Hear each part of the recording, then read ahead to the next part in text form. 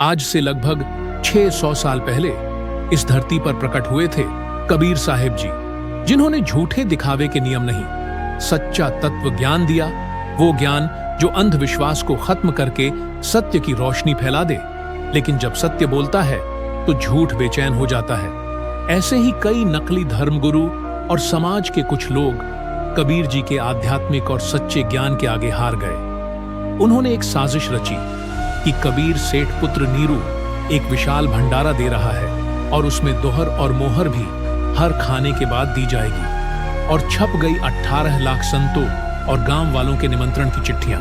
सोचा, जब इतना बड़ा भंडारा कर नहीं पाएगा तो शर्म से काशी छोड़कर भाग जाएगा। पर कबीर जी वो तो समर्थ परमात्मा थे, जिनके घर में किसी चीज की कमी नहीं होती। और फिर हुई वो लीला। सभी साधु संत, बाबा, गांव वाले जो भंडारे में आए थे, उन्हें तीनों समय भंडारा, हर बार दोहर, मोहर, सूखा राशन भी दिया, जैसे सूखा आटा, चावल इत्यादि। पर अन्न भंडार समाप्त न हुआ, चाहे कोई 3 बार भंडारा करे या 4 बार। हर बार भोजन करने के बाद उन्हें वही दोहर मोहर दी गई।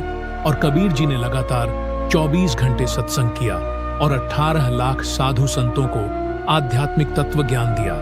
वही ज्ञान सबको प्राप्त हुआ।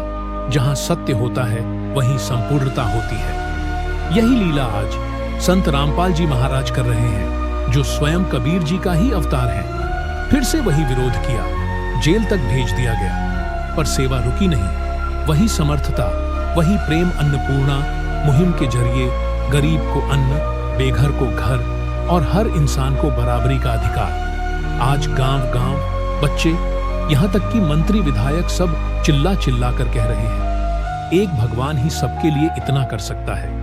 ये कहानी है बदनामी की साजिश से लेकर भक्ति की महिमा तक की। जब परमात्मा आते हैं तो दुनिया पहचाने या न पहचाने पर लीला सबको पहचान करवा ही देती है कि ये सब समर्थ भगवान के अलावा कोई नहीं कर सकता।